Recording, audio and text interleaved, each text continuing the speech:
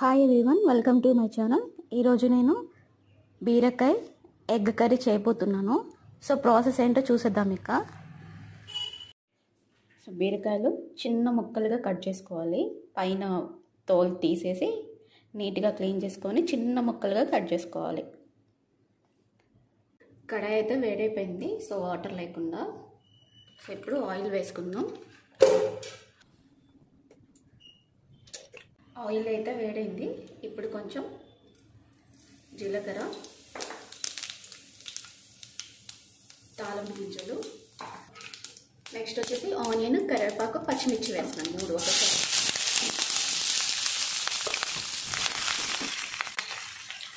Salt కూడా ఇప్పుడే వేస్తున్నాను. సో కొంచెం ఫాస్ట్గా ఫ్రై అయిపోతుంది సాల్ట్ ఇప్పుడు వేస్తే.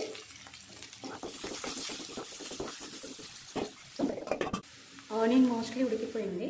సో ఇప్పుడు కొంచెం పసుపు,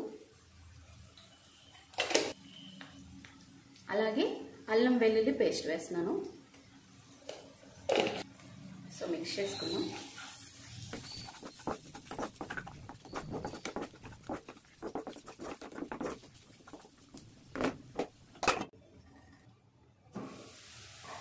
అల్లం పేస్ట్ కూడా ఉడికిపోయింది. ఇప్పుడు మనం కట్ చేసుకున్న బీరకాయ ముక్కలు వేసుకుందాం.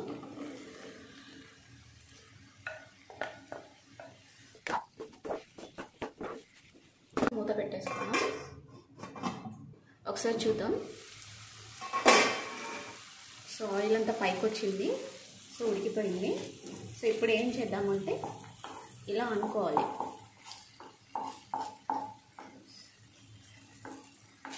సో మిడిల్లో ఏం లేకుండా చూసుకోవాలన్నమాట.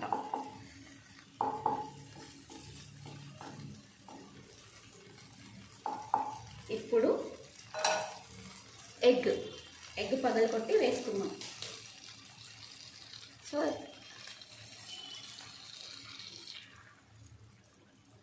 సో ఇంకోటి కూడా వేద్దాం. ఇప్పుడు ఇలా వేయడం వల్ల ఏంటి అంటే కొంచెం ఫాస్ట్గా ఫ్రై అయిపోతుంది అనమాట. ఎగ్ ఉడుకుతుంది మిడిల్లో వేస్తే. సో ఇప్పుడు మూత పెట్టుకుందాం. చూద్దాం ఒకసారి.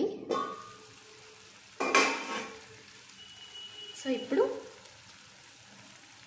ఉడికిపోయింది. సో ఇప్పుడు మనం మిక్స్ చేసుకుందాం. సో మెల్లగా మిక్స్ చేసుకోండి.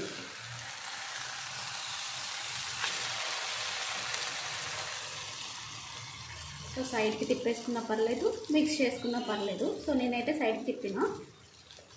సో మళ్ళీ ఒకసారి మూత పెట్టేసి ఉడికించుకుందాం ఒక 2 మినిట్స్.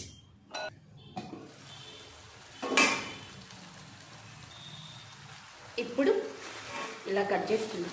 పీసెస్ లాగా కట్ చేసుకొని మిక్స్ చేసుకుందాం.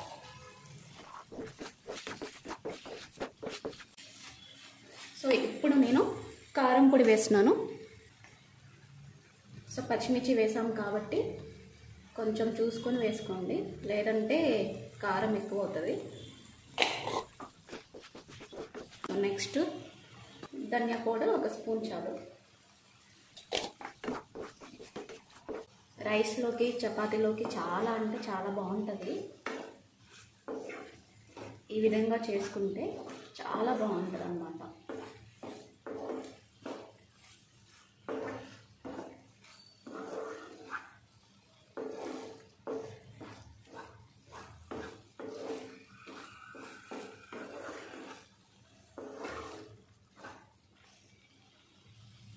ఇంకో 5 మినిట్స్లో అయితే కర్రీ రెడీ అయిపోతుంది. సో ఇప్పుడు మూత పెట్టుకొని ఉడికించుకోవాలి ఇంకా. సో చూసారా, ఆయిల్ అంతా పైకి వస్తుంది. సో ఉడికిపోయినట్టే. సో ఫైనల్గా నేను కొరియాండర్ వేసినాను.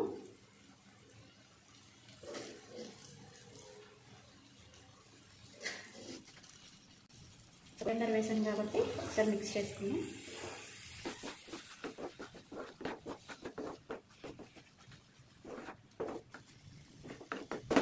ఇంకో 1 మినిట్ అయితే సరిపోతుంది.